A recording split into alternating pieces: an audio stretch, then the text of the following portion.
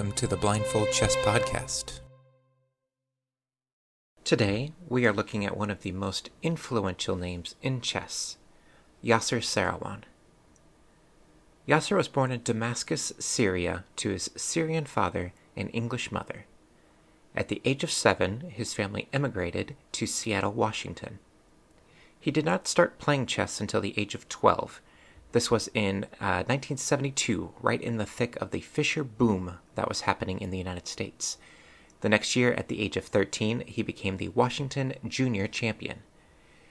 In 1975, he participated in his first U.S. Open, where he defeated his first Grandmaster, Arthur Bisguier.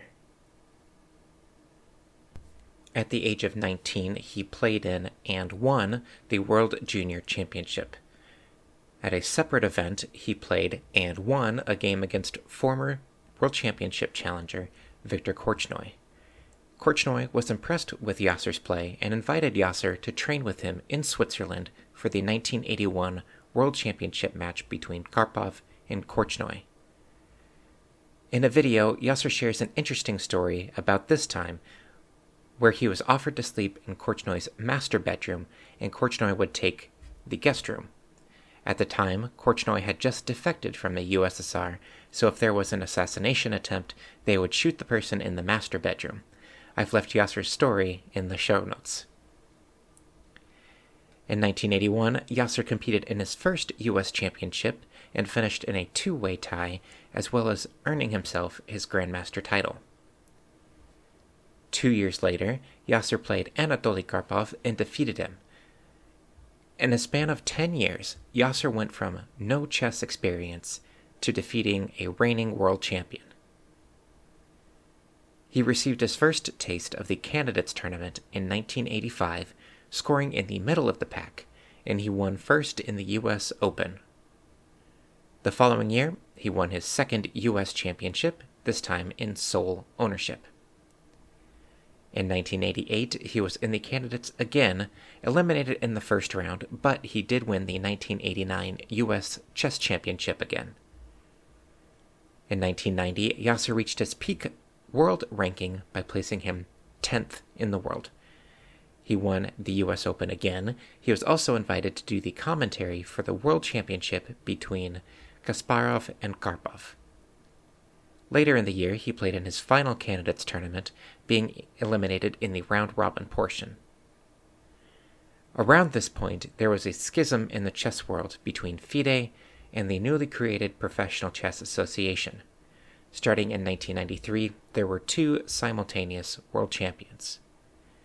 Yasser spent this time pivoting his focus to writing and chess journalism. He started working on the Winning Chess series with international master Jeremy Silman, helping write 7 books, as well as 3 books on his own from 1990 to 2000. In 2000, he returned to his winning ways by winning his 4th and final U.S. Chess Championship. In 2001, Yasser released a plan called Fresh Start to try to join the chess world back together. The plan was signed by all parties in 2002, called the Prague Agreement. Eventually, in 2006, the World Championship title was reunited. The following year, Yasser was awarded the Chess Journalist of the Year award, and in 2006, he was entered into the Chess Hall of Fame. Today, you can see him as a commentator and a streamer, appearing for the St. Louis Chess Club, the Chess Bras, and others, where he is teaching, sharing stories, and talking about games. And this week, we are traveling way back to 1990, where Yasser Sierawan took on Boris Spassky. Now, if we're ready, let's begin. 1. Pawn to d4. Pawn to b5. 2. Pawn to e4. Bishop b7. 3. Bishop d3. White had the option of playing bishop captures b5, but opted to play bishop to d3. Why is that? To a degree, it is a matter of personal preference, but the general philosophy is you don't want to trade a flank pawn, in this case the b pawn, for a center pawn, which is White's e pawn. Instead, Yasser decided to defend it by playing bishop to d3. Pawn to e6. 4. Knight f3. Pawn to a6.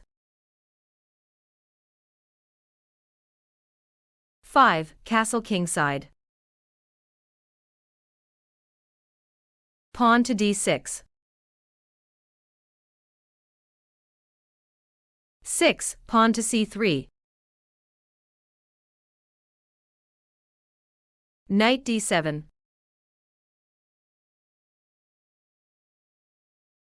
7. Pawn to a4. Knight g to f6. 8. Rook e1.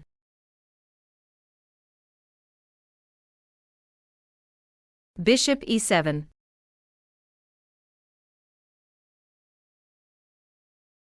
9. Pawn captures b5. Pawn captures b5.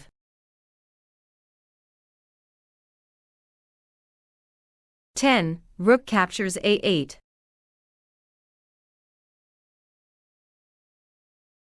Queen captures a8.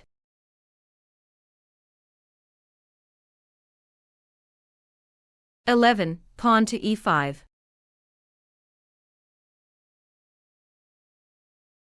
Pawn d captures e5.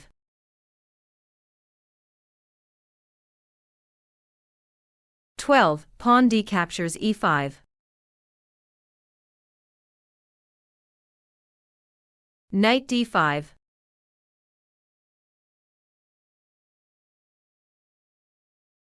13. Bishop captures b5.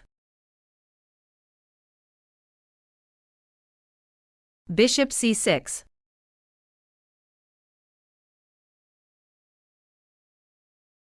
14. Bishop captures c6. Queen captures c6.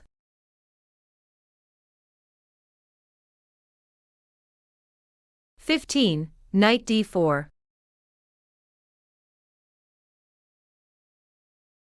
Queen b7.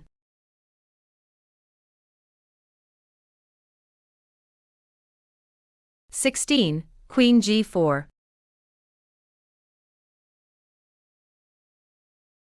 Pawn to g6.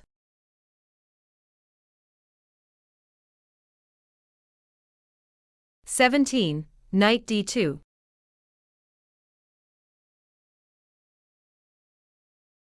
We are on move 17, and White finally moves his queenside knight to d2. If you could pick up that knight and place it anywhere on the board, where would you want that knight to be?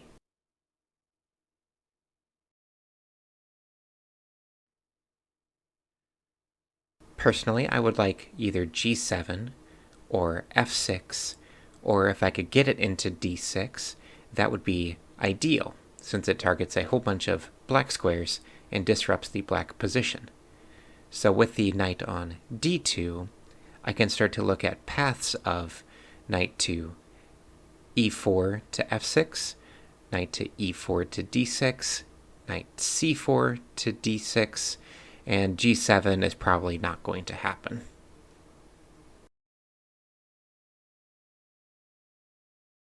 Pawn to c5.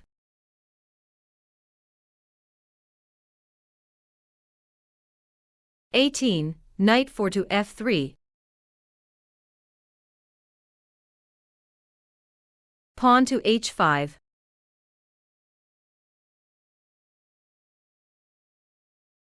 (19) Queen e4.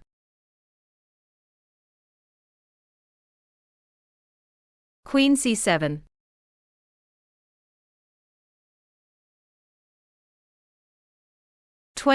Knight c4.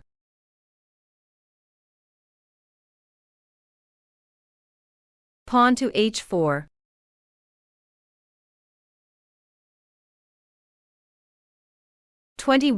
Bishop g5. The bishop that hasn't moved the entire game is now playing a very vital role in the position. What is the idea behind bishop to g5?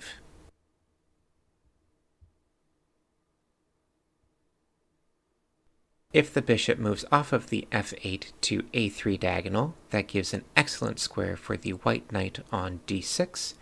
If black captures the bishop on g5, the white knight on g5 will exert a ton of pressure on f7 and e6.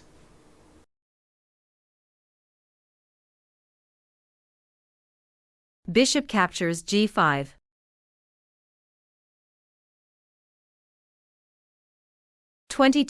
Knight captures g5. Rook h5.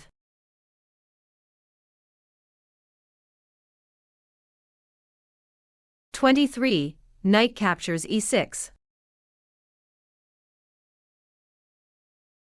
Black resigns. And just like that, the black position crumbles. The queen is under attack on c7, and after the queen moves, white will play knight to g7 check and pick up the rook that is on h5.